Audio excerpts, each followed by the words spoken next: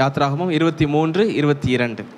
நான் உன் சத்துருக்களுக்கு சத்துருவாயும் உன் விரோதிகளுக்கு விரோதியாக இருப்பேன். இந்த பகுதிகளை மேபி 20ஆம் அதிகாரத்திலேருந்து நான் தியானித்து கொண்டிருக்கும் பொழுது கடந்த வாரத்தில் கர்த்தர் இந்த வசனத்தை எனக்கு மீண்டும் மீண்டும் எனக்கு ஞாபகப்படுத்தினார், இந்த மாதத்துக்கின் வாக்கு தத்தமாக. அப்போ ஜெபிக்கும்போது இதை கன்ஃபார்ம் பண்ணி தான் அந்த வாரம் முதல் நாள் நான் மார்னிங் ப்ரேயரில் நான் பேசினேன். நான் உன் சத்துருக்கு சத்துருவாக இருப்பேன், விரோதிக்கு விரோதியாக இருப்பேன்னு சொல்லி நான் தியானித்தோம். தொடர்ந்து நான் ஆண்டவர் சமூகத்தில் காத்திருந்தப்போ கர்த்தர் எனக்கு கொடுத்த ஒரு சில காரியங்கள் மத்தியில் நான் பேச ஆசைப்படுகிறேன். அதுக்கு முன்பதாக கடவுள் அதிகமாக தெரிஞ்சுக்கணும். நீங்கள் பைபிள் வாசிக்க வாசிக்க வாசிக்க நீங்கள் கடவுளுடைய பிரம்மாண்டத்தை நீங்கள் அறிந்து கொள்ள முடியும். அதிகமாக ஜெபிக்க ஜெபிக்க அவனோட பிரசனத்தை நீங்கள் ஃபீல் பண்ண முடியும். நீங்கள் வேலை செஞ்சுட்டு இருந்தாலும் அவனோட பிரசனத்தில் இருப்பீங்க. துதிக்க துதிக்க கடவுளே உங்களோட கூட இருப்பார். ஆராதிக்க இன்னைக்கு 1 மணி நேரம் துதித்து பாடணும். இதை நீங்கள் தனியாக நீங்கள் செய்யணும் வீட்டில். இதெல்லாம் ஒரு ப்ராக்டிக்கல் தான். நீங்கள் வீட்டில் என்ன செய்யணும், தனியாக அறைய கதை பூட்டிட்டுங்க 1 மணி நேரம் கர்த்தரை ஆராதிங்க. கடவுளே உங்களோட இருப்பதை நீங்கள் உணர முடியும். நீங்கள் ஃபாஸ்ட் பண்ணி ஜெபம் பண்ணுங்கள், மிராக்கிள்ஸ் நடக்கும். ஃபாஸ்ட் பண்ணி ஆண்டவர் இன்னைக்கு காலையில் சாப்பிட மாட்டேன் ஆண்டவரே. ஃபாஸ்டிங்னா நீங்கள் சாப்பிடாமல் வேலைக்கு போகக்கூடாது. சாப்பிடாமல் வீட்டில் வந்து என்ன செய்யணும், ஆண்டு சொல்ல காத்திருந்து ஜெபிக்கணும், உபவாசத்தை ஜெபிக்கணும். ஆண்டவரே இன்னைக்கு சாப்பிட மாட்டேன், இது அற்புதம் செஞ்சால் தான் நான் சாப்பிடுவேன், பிடிவாதம் நிலுங்க. அப்போது இதை ரெகுலராக பண்ணிங்கன்னா மிராக்கிள்ஸ் உங்கள் மூலமாக நடக்கதை நீங்கள் பார்ப்பீங்க. அதை கர்த்தருக்கு கொடுங்க. அப்போது உங்களுடைய பொருளாதாரம் ஆசீர்வதிக்கப்படும். இந்த 5 தான் இந்த 5 சீக்ரெட்ஸ் ஆஃப் கிறிஸ்டியானிட்டி, கிறிஸ்தவத்தில் உள்ள 5 ரகசியங்கள். ஆமாம், ஓகே. தொடர்ந்து நம்ம வார்த்தையை நாம் தியானிக்கலாம். இந்த வசனத்தை நான் தியானித்து கொண்டிருக்கும்போது கர்த்தர் எனக்கு உனக்கு 2 காரியங்கள் அன்றைக்கே சொன்னேன். ஒன்று, சத்துருன்னா யார்? பிசாசு தான் சத்துரு, டெவில். பிசாசு தான் வாழ்க்கையில் சத்துருவாக இருப்பான். 2வதாக மனிதர்கள் சத்துருவாக இருக்கலாம். நம்ம டக்குன்னு சத்துருவை நம்ம மனிதர்கள் அப்படி நினைக்கக்கூடாது. ஆனால் கண்டிப்பாக இருக்கிறாங்களா இல்லையா? அநேகர் இருக்கிறாங்க, அநேகர் நம்ம இருப்பாங்க. உங்களுடைய வளர்ச்சியை பிடிக்காதவர்கள், உங்களுடைய பொறாமையில் செயல்படுற மினிஸ்ட்ரியாக இருக்கலாம், நீங்கள் ஒர்க் பண்ணுற இடமா இருக்கலாம், நீங்கள் உங்களுடைய தனிப்பட்ட வாழ்க்கையாக இருக்கலாம். நீங்கள் நல்லா இருக்க கூடாது 4 பேர் எனக்கு கண்டிப்பாக நினைப்பார்கள். 4 பேர் நல்லா இருக்குன்னு நினைச்சாலும் 4 பேர் நல்லா இருக்கக்கூடாதுன்னு நினைப்பாங்க. அப்போ அவர்கள் தான் யார்? நமக்கு சத்துருக்கள். இந்த இடத்துல இது அழகான ஒரு வசனம். ஆண்டவர் நமக்கு ஒரு ப்ராமிஸ் பண்ணுறாரு. என்ன ப்ராமிஸ்னா, உங்களுக்கு யாரெல்லாம் விரோதிக்கிறாங்களோ அவர்களுக்கு கர்த்தர் சத்துருவாக இருப்பார். அப்போ நீங்கள் என்ன செய்யணும் அப்படின்னு வேதம் என்ன சொல்லுதுன்னா, ஒரு வசனம் வாசிங்க. மத்தேயு 5:44. டக்குன்னு சொல்லுங்க. இயேசு சொல்றாரு, நான் உங்களுக்கு சொல்கிறேன், உங்கள் சத்துருக்களை சிநேகியுங்கள். இதுதான் கர்த்தர் நம்மகிட்ட எதிர்பார்க்கிற காரியம். ஆண்டவர் எதிராக இருப்பேன்னு சொல்லிட்டாரு. ஆனால் இயேசு என்ன சொல்றாரு அப்படின்னா, உங்களுக்கு சொல்றேன், உங்க சத்துருவை நீங்க என்ன செய்யணும்? சிநேகிக்கணும்.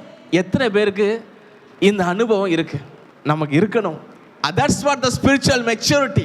ஆவிக்குரிய முதிர்ச்சினா என்னன்னா, உங்கள் சத்துருக்களை நேசிக்கிறது தான் ஆவிக்குரிய முதிர்ச்சி. கர்த்தருடைய பார்ட்டை நம்ம அடுத்து தியானிப்போம். என்னுடைய பார்ட் என்னன்னா, நம்மளுடைய எதிரிகளை சிநேகிக்கிறவர்களாக இருக்கணும்னு இயேசுவே சொன்னார். இது எந்த தீர்க்கதரிசியும் சொல்லலை, பவுலும் சொல்லலை, பேதுருவும் சொல்லலை. யார் சொன்னது? ஜீசஸ் ஹிம்செல்ஃப், இயேசு கிறிஸ்துவே சொன்னார். உன் சத்துருக்களை நீங்கள் என்ன செய்யணும்? சிநேகிக்கணும். இப்போ உங்களுக்கு ஒருத்தர் துரோகம் பண்ணிட்டாங்க, சிநேகிக்க முடியுமா? கப்பலே கவுந்த மாதிரி அண்ணன் உட்காந்துருக்காருன்னா, கப்பல் கவுந்து போனால் நீங்கள் என்ன, உங்களை துரோகம் பண்ணிட்டாங்கன்னு வைங்களேன், பிஸ்னஸ் லாஸ் பண்ணிட்டாங்க, என்ன செய்யணும்? நேசிக்கணுமா வெறுக்கணுமா? நேசிக்கணும். You have to love. இதை கர்த்தர் எதிர்பார்க்காரு. ஆனால் கர்த்தருடைய பார்ட் ஒன்று இருக்கு. நான் அதை அடுத்து தியானிப்போம். அதை நான் சொல்கிறேன். நீங்கள் நானும் செய்ய வேண்டிய காரியம் நேசித்து தான் ஆகணும். உங்களை வெறுத்து ஒதுக்குறாங்களா, நீங்கள் நேசிங்க. You are good for nothing சொல்கிறாங்களா, நீ எதுக்குமே லாய்க்கலன்னு சொல்கிறாங்களா, நீங்கள் நேசிங்க. ஆண்டவரே தெரியாமல் சொல்லிட்டாங்கப்பா. இயேசு கிறிஸ்து என்ன சொன்னாங்க கல்வாரி சிலுவையில்? பிதாவை இவர்களுக்கு தாங்கள் செய்கிறது இன்னதென்று அறியாதிருக்கிறார்கள். அறியாமல் செஞ்சாங்களா, அறிஞ்சு செஞ்சாங்களா? அறிஞ்சுதான் செஞ்சாங்க. ஆனால் ஆண்டோட ஸ்டேட்மெண்ட் என்ன? உங்களுக்கு அறிந்தே செய்தார்கள் என்று நீங்கள் அறிந்திருந்தாலும் நீங்கள் சொல்ல வேண்டியது, ஆண்டவரே தெரியாமல் செய்கிறாங்கப்பா. அதான் இயேசு பிதாவிட்ட சொன்னார், தெரியாமல் செய்கிறாங்கப்பா. அப்போ நம்மளை வெறுக்கும் போது நம்ம உள்ள காயப்படும், கஷ்டமாக தான் இருக்கும். ஆனால் ஆண்டவர் சமூகத்தில் போகும்போது, ஆண்டவரே தெரியாமல் செய்கிறாங்கப்பா, மன்னிச்சிருங்கப்பா அப்படி சொல்லிட்டீங்கன்னு வைங்களேன், ஆண்டவர் உங்கள் மேலே அதிகமாக பிரியம் வச்சிருவார். ஹல்லேலூயா. ஆனால் அது சொல்கிறது சாதாரண காரியம் கிடையாது. அந்த ஆவிக்குரிய மெச்சூரிட்டி வந்தால் தான் சொல்ல முடியும். ஆனால் உலகம் நமக்கு சொல்லி கொடுத்துருச்சு, நீங்கள் உங்களை பகைக்கிறவர்களை பகைக்க வேண்டும் தான் சொல்லியிருக்கு. ஒருத்தவங்களுக்கு தீமை செஞ்சானா அடுத்து அவனை என்ன செய்யலாம் அப்படி தான் பிளான் பண்ணணும் நம்ம உலகம் நமக்கு சொல்லி கொடுத்துருக்கு. அதனால் we have to unlearn. ஆங்கிலத்தில் ஒரு வார்த்தை இருக்குது, அன்லேர்ன். அன்லேர்ன்னா லேர்ன் பண்ணுறா கற்றுக்கொள்ளுதல், அன்லேர்ன்னா கற்றுக்கொள்ளதை விட்டு விடுதல். தப்பாக கற்றுக்கிட்டோம் ஒரு காரியத்தை, தீமை செஞ்சால் தீமை செய்யணும்னு கற்றுருக்கோம். ஆனால் ஆண்டவர் சொல்கிறாரு தீமை செய்கிறவனுக்கு நன்மை செய்யணும் கற்றுக் கொடுக்குறார். ஆமென். நீதிமொழிகள் 24:17, உன் சத்துரு விழும் பொழுது சந்தோஷப்படாதே, அவன் இடரும் போது உன் இருதயம் களி கூறாது இருப்பதாக. உன் சத்துரு விழுந்தான்னு வைங்களேன், என்ன சந்தோஷம், கர்த்தர் செய்த நன்மைகளுக்காக ஸ்தோத்திரம் ஆண்டவரே. நம்ம எதிரி கீழே விழுந்துட்டோம்னா, திடீர்னு ஆக்சிடெண்ட்டில் கால் உடைஞ்சிட்டு, ஆண்டவரே என்னை போன வாரம் இப்படி பேசினா ஆண்டவரே, இந்த வாரம் காலை உடைத்ததுக்காக நன்றி ஆண்டவரே அப்படி நம்ம சொல்ல கூடாது. உன் சத்துரு விழும்போது சந்தோஷப்படாதே. சந்தோஷம் வரும் மனுஷன் தான் வந்து வரும். ஆனால் என்ன செய்யணும், ஆண்டவரே பரிதாபப்படணும். கர்த்தர் உங்களை பகைக்கிறவளை சும்மா விடவே மாட்டார். அது ஒரு பக்கம் இருக்குது. ஆனால் நீங்கள் என்ன செய்யணும், சத்துரு விழும்போது சந்தோஷப்படக்கூடாது, அவன் இடரும்போது உன் இருதயம் களி கூறாதிருப்பதாக. இது ரொம்ப ரொம்ப முக்கியம். ஊழியத்தில்னாலும் சரி, தனிப்பட்ட வாழ்க்கையிலோ குடும்ப வாழ்க்கையிலோ உங்களை வெறுத்து ஒதுக்குறாங்களா, வெறுத்து ஒதுக்குறவங்க கஷ்டப்படும் போது நீங்கள் என்ன செய்யாதீங்க, சந்தோஷப்படவே படாதீங்க. வாசிக்க வேண்டாம், நீங்கள் அது நீதிமொழி 25:21 வாசிங்க. 25:21, உன் சத்துரு பசியாக இருந்தால் அவனுக்கு நீங்கள் கொடுப்பீங்களா? கொடுக்கணும். கஷ்டப்பட்டு ஒருத்தர் சொல்லுவாங்களா, வீடு ஏறி வந்துட்டா எவ்வளோ பெரிய எதிரியாக இருந்தாலும் தண்ணி கொடுத்துருவோம், சாப்பாடு கொடுத்துருவோம். அது நம்ம தமிழ் கலாச்சாரம் தான். ஆனாலும் ஒரு சிலர் கொடுக்க மாட்டாங்க, வைராக்கியமுள்ள நபர்கள் இருக்கிறாங்க. நம்ம அப்படி இருக்கக்கூடாது. அதே வசனம் ரோமர் 12:20 சொல்லப்பட்டிருக்கு, பசியாக இருந்தால் ஆகாரம் கொடுக்கணும்னு. 2 தெசலோனிக்கேயர் 3:15 சொல்லப்பட்டிருக்கும், உன் சத்துருவை சகோதரனாக பாவிக்க வேண்டும். சத்துருவை எப்படி நீங்கள் பார்க்கணும், சகோதரனா சகோதரியை நீங்கள் என்ன செய்யணும், பார்க்கணும். அப்போது நம்முடைய பார்வையில் சத்துருவை சிநேகிக்கணும். சத்துரு விழும்போது சந்தோஷப்படக்கூடாது. அவன் பசியாக இருந்தால் ஆகாரம் கொடுக்கணும், தாகமாக தண்ணி கொடுக்கணும். உங்கள் சத்துருவை சகோதரனாக எண்ணி அவனுக்கு புத்தி சொல்லணும்னு சொல்லப்பட்டிருக்கு. இதுதான் நம்மளுடைய பகுதி. இப்போ அப்படியே பார்க்கலாம், கர்த்தருடைய பகுதி என்னன்னு பார்க்கலாம். லேவியராகமம் 26:8 வாசிங்க. உங்களில் 5 பேர் 100 பேரை துரத்துவார்கள், 100 பேர் 10,000 பேரை துரத்துவார்கள். சத்துருக்கள் கீழே விழுவாங்க, அது விட்டு இருக்கட்டும். 5 பேர் எத்தனை பேர் துரத்துவீங்க? 100 பேர். 100 பேர் 10,000, 10,000. 10,000 என்பது 10,000. 10,000 பேரை துரத்துவார்கள். ஒருத்தருக்கு இருக்கிற பவர் பாருங்க, 5 பேர் இருந்தால் போதும் 100 பேரை ஜெயிக்கலாம். நீங்கள் ஒரு ஆள் எத்தனை பேருக்கு சமம்? உபாகமம் 32:30. ஒருவன் 1000 பேரை துரத்தி ஓட்டுவது எப்படி? ஓட்டுவார்கள் வச்சுக்கோங்களேன். ஒருவன் 1000 பேரை துரத்துவார்கள், 2 பேர் 10,000, 10,000, 10,000, 10,000 பேரை துரத்துவார்கள். அப்போ ஒரு ஆளுடைய பவர் எத்தனை? 1000. ஒரு நபர் 1000 நபர்களுக்கு சமம். அந்த ஒரு நபர் யாரு? இஸ்ரவேல் புத்திரனாக இருந்தால் ஒரு ஆள் 1000 பேருக்கு சமம், 2 பேர் 10,000 பேருக்கு சமம். கர்த்தர் கொடுக்கிற வாக்குத்தத்தத்தை பாருங்க. இஸ்ரவேல் ஜனத்தை பத்தி சொல்றாரு, நீ ஒரு ஆள் போதும்பா, நீ 1000 பேர் ஜெயிக்கலாம். சங்கீதக்காரன் சொல்றான் இல்லையா, உம்மாலான ஒரு சேனைக்குள்ள பாய முடியும். ஒருத்தன் போய் பாய முடியுமா? முடியாது. ஆனால் கர்த்தர் இருந்தால் முடியும். அல்லேலூயா. நான் என்ன செய்வேன்? சேனைக்குள் பாய்ந்து போய் எத்தனை பேர் வெட்டுவேன். அது ஒரு பழைய ஏற்பாடு ராஜாக்கள் காலம். எத்தனை பேர் கொலை செய்கிறாங்களோ அவன் பெரிய ராஜாவாக இருந்தான் அந்த நாட்களில். இப்போ போய் சேனைக்குள்ள பாய முடியாது. இப்போ நம்மளை தூக்கி ஜெயிலில் வச்சிருவாங்க. ஆனால் கர்த்தர் கொடுக்குற பலனை பாருங்க, ஸ்ட்ரென்த் என்ன ஸ்ட்ரென்த் கொடுக்க? ஒரு நபருக்கு 1000 பேர்.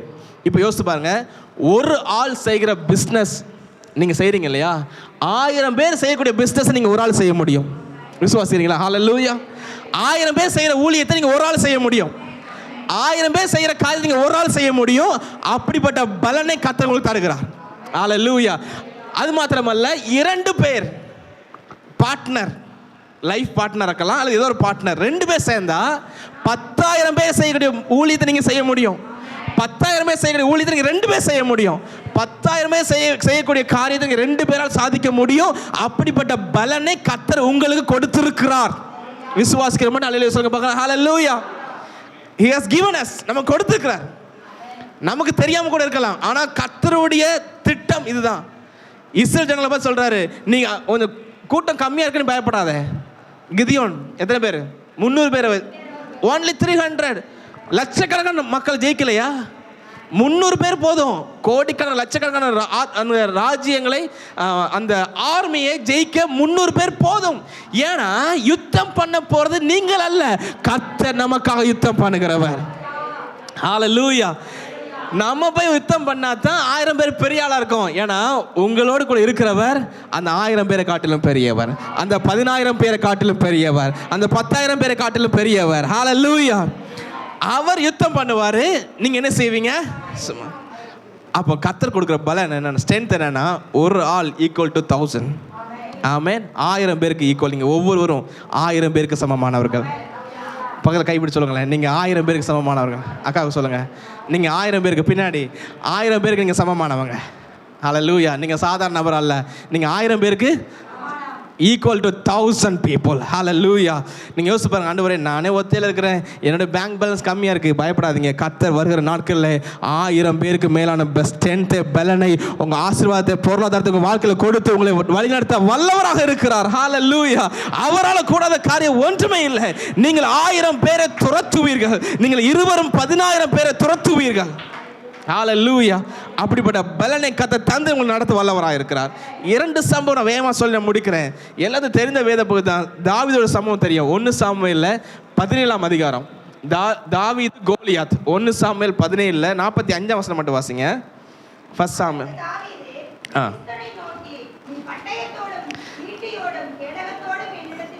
வருகிறாய், நானோ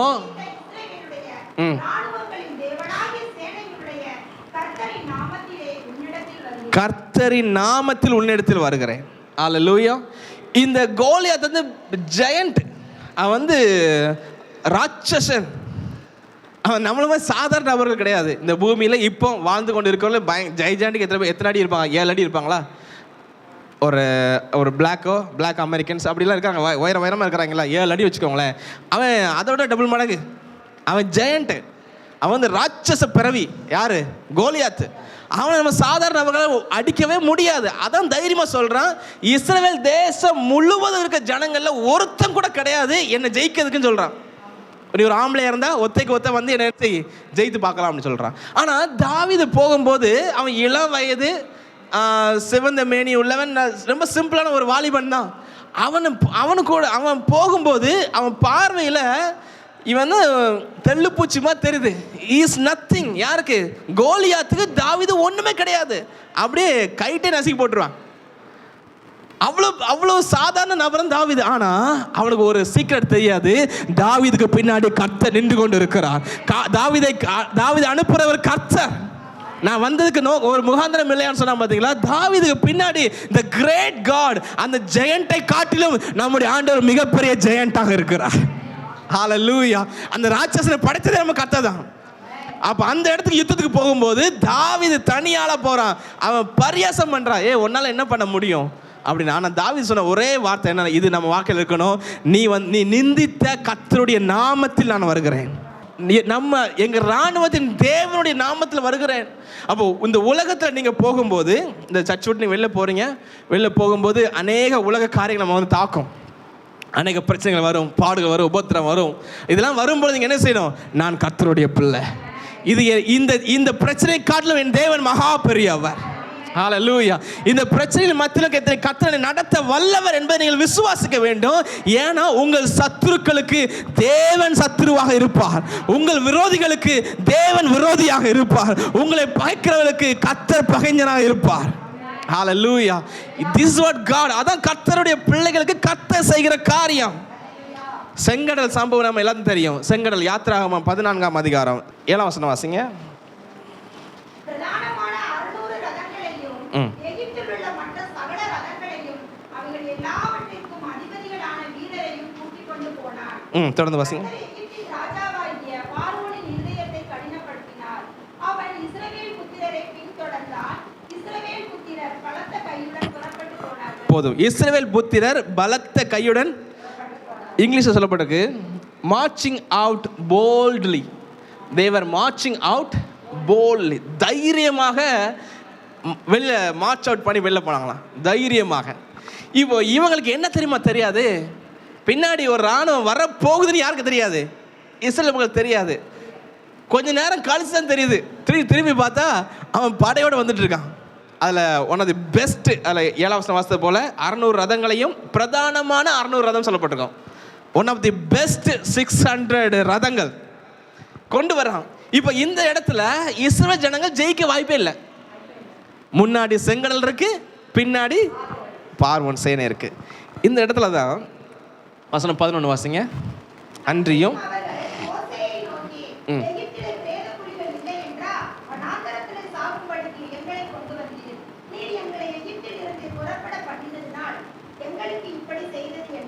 ஆமென். போதும். எங்களுக்கு பிரேத குழி சொல்றது யாரு? இஸ்ரவேல் ஜனங்கள். இந்த இஸ்ரவேல் ஜனங்களுக்கு என்ன தெரியுமா தெரியாது, செங்கடல் பிளந்து வழி விட போகுதுன்னு தெரியாது. நம்ம ஏன் புலம்புறோம்னா, கர்த்தர் செய்ய போற நன்மை நமக்கு தெரியாதனால புலம்புறோம். ஆமென். நாளைக்கு கர்த்தர் நன்மையை செய்ய போறார். அந்த நன்மையை செய்வாரு என்ப நம்பிக்கை நம்ம இருக்கணும். ஆனால் அது நம்பிக்கை இல்லாதனால நம்ம புலம்பிக் கொண்டு இருக்கிறோம். இங்கே புலம்புறாங்க, அங்கேயே செத்துருப்போம், அங்கே பிரேத கல்லறைலாம் இருக்கு, செத்த பிறகு பிரேத கல்லறை இருந்தான்னா இல்லாட்டா என்ன.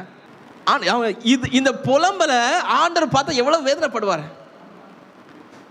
ஆண்டவர் யுத்தம் பண்ண ரெடியாக இருக்கிறாரு. உங்கள் ஒவ்வொருடைய வாழ்க்கையிலும் நீங்கள் கவலையே படாதீங்க. உங்கள் வாழ்க்கையில் யார் யாரெல்லாம் உங்களை வெறுக்கிறாங்களோ எல்லாரும் உங்கள் பட்சத்தில் வருவார்கள். அல்லேலூயா. கதை கண்டிப்பாக செய்வார். உங்களுடைய விரோதிகளுக்கு எல்லாம் அவர் விரோதியாக இருப்பார். நீங்கள் பயப்பட வேண்டாம். ஆமென். இப்போ இந்த இடத்துல என்ன நடக்கு எல்லா சம்பவம் தெரியும். ஒரு 2 பாயிண்ட் மட்டும் வேமா சொல்லி முடிச்சிடறேன். அதில் 13 வாசிங்க சிஸ்டர். 13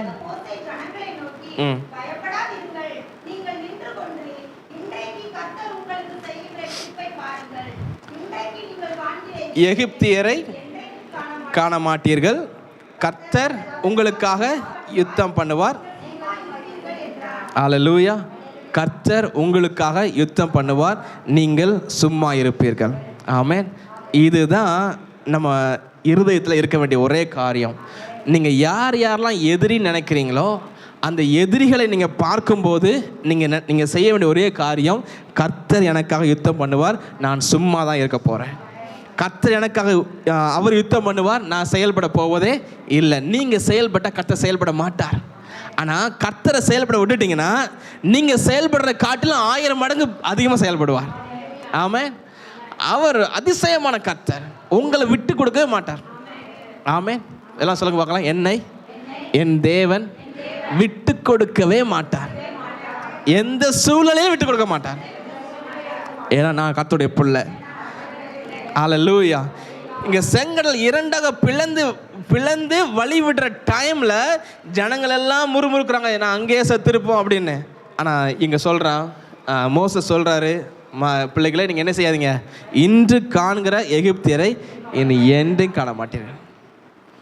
இங்கே இவங்க வழி திறந்து அந்த பக்கம் போகிறது மட்டும்தான் மோசேக்குமே சொல்லப்பட்டிருக்கோம். அங்கே கர்த்தர் சொல்லிடுவார், மோசே எல்லாம் பிளான் சொல்லிட்டாரு. ஆனால் ஜனங்களுக்கு என்ன செய்யாது, இது திறக்கும்னே தெரியாது. திறந்து போன பிறகு அந்த சேனை முழுவதும் அழிக்கப்படும் என்பதும் தெரியாது. சில நேரங்களில் கர்த்தர் என்ன செய்ய போகிறார் நமக்கு தெரியாமல் இருக்கலாம். ஆனால் செய்ய வேண்டியதை கர்த்தர் கண்டிப்பாக அவருடைய நேரத்தில் உங்கள் வாழ்க்கையில் செய்து உங்களை வழிநடத்த வல்லவராக இருக்கிறார். கரங்களை தட்டி ஆண்டவரை மகிமைப்படுத்துவோம். ஹல்லேலூயா. கண்டிப்பாக செய்வார். நீங்கள் ஒருவேளை மறந்து போயிருக்கலாம், நீங்கள் ஒருவேளை அதை ரியலைஸ் பண்ணாமல் இருக்கலாம், கர்த்தர் கண்டிப்பாக செய்வார். ஹல்லேலூயா. அந்த ஜனங்கள் ஐயோ இவ்வளோ பெரிய ராணுவம் வருகிறது, நான் என்ன பண்ண போகிறேன்னு தெரியலையேன்னு புலம்பி கண்ணீரில் இருக்கிற வேளையில் ஆண்டவர் திட்டம், மகா பெரிய திட்டம். இந்த சத்துரு உன்னுடைய சத்துரு அல்ல, அது என்னுடைய சத்துரு. உன்னுடைய விரோதி அல்லது என்னுடைய விரோதின்னு கர்த்தர் வந்து அங்கே செயல்படுறதை பார்க்குறோம். அதில் ஒருத்தன் கூட மிஞ்சி போகவில்லை. Not even one was escaped. ஒருத்தர் கூட தப்பிக்கல. எல்லாத்தையும் சர்வ சங்காரம் பண்ணுறாரு. அந்த பார்வோன் முதற்கொண்டு அங்கே இருக்கிற எல்லா ரதங்கள், அங்கே வீரர்கள் அனைவரையும் கர்த்தர் அழிக்கிறார். அப்போ அவருக்கு எவ்வளோ கோபம் இருந்திருக்கும் பாருங்க. இஸ்ரவேல் ஜனங்களுக்காக எவ்வளோ அன்பு இருந்திருக்கும். அந்த சேம் காட், அதே கர்த்தர் நம்மை நேசிக்கிறார்.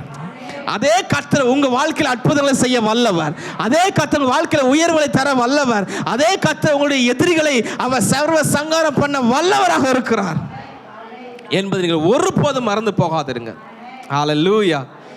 அதை நான் முதலாவது சொன்னேன், உங்கள் சத்துருக்களுக்கு நீங்க என்ன செய்யணும், கர்த்தர் என்ன செய்வார். நீங்க என்ன செய்யணும், சத்துருவை நேசிக்கணும், சிநேகிக்கணும், சகோதரனை பாவிக்கணும், விளம்புவது சந்தோஷப்படக்கூடாதுன்னு சொல்லிட்டு நம்ம தியானிச்சிட்டோம். ஏற்கனவே தான் ஃபர்ஸ்டே நான் சொல்லிட்டேன்.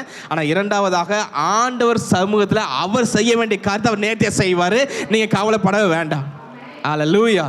அதான் ஒரு சில நேரங்களில் உங்களுடைய எதிரிகள் உங்களுடைய பக்கத்தில் வரும்பொழுது நீங்கள் அவங்க நேசித்து அவங்களை ஆறுதல் படுத்தணும்.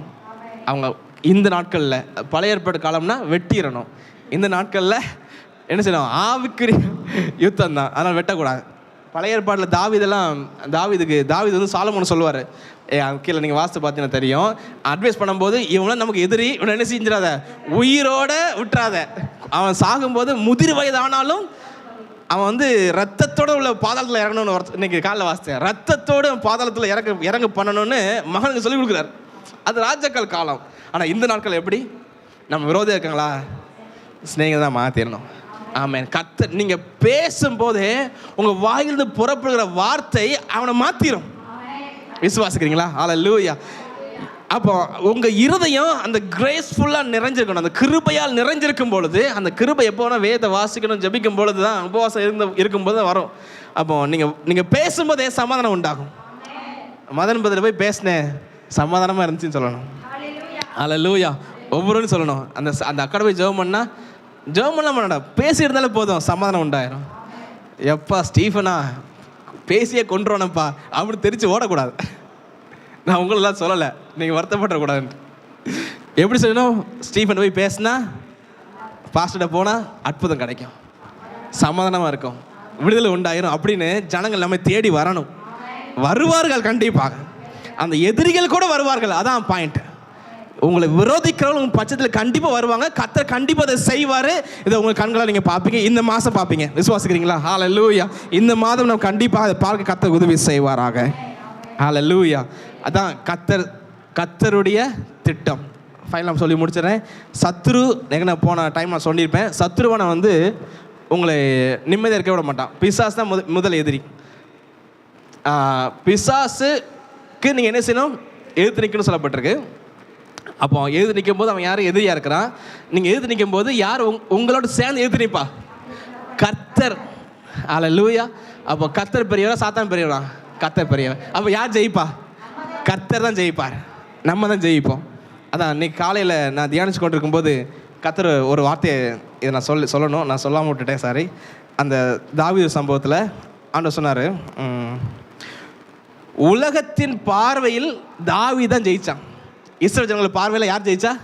தாவீது. கோலியாத்தை தாவீது ஜெயிச்சிட்டான். ஆனால் தாவீதோட பார்வையில் கர்த்தர் ஜெயித்தார். ஹல்லேலூயா. உலகத்தின் பார்வையில் நீங்கள் ஜெயிச்சிருக்கலாம், ஆனால் நீங்கள் என்ன சொல்லணும், நான் ஜெயிக்கல, கர்த்தர் ஜெயித்தார். என் வாழ்க்கையில் சக்சஸ் யாரு? கர்த்தர் கொடுத்தார். ஊழியத்தில் சக்சஸ் யாரு? கர்த்தர் கொடுத்தார். அப்படி நீங்க சொல்லணும். கர்த்தர் உங்களை சொல்ல வைப்பார்.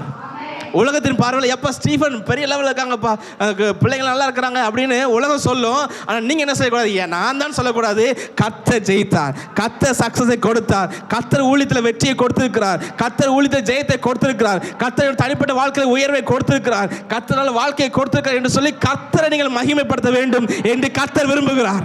கரங்களை ஆண்டு மகிமைப்படுத்துவோமா? ஹல்லேலூயா. ஆமென்.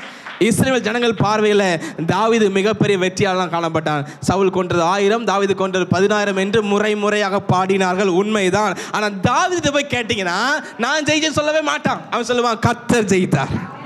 ஹல்லேலூயா. அந்த maturity in your spiritual life, உங்க ஆவிக்குரிய வாழ்க்கையில் அப்படிப்பட்ட முதிர்ச்சி வேண்டும் என்று கர்த்தர் விரும்புகிறார். ஹல்லேலூயா. நம்முடைய வெற்றிக்கு காரணம் கர்த்தர் மட்டும்தான்.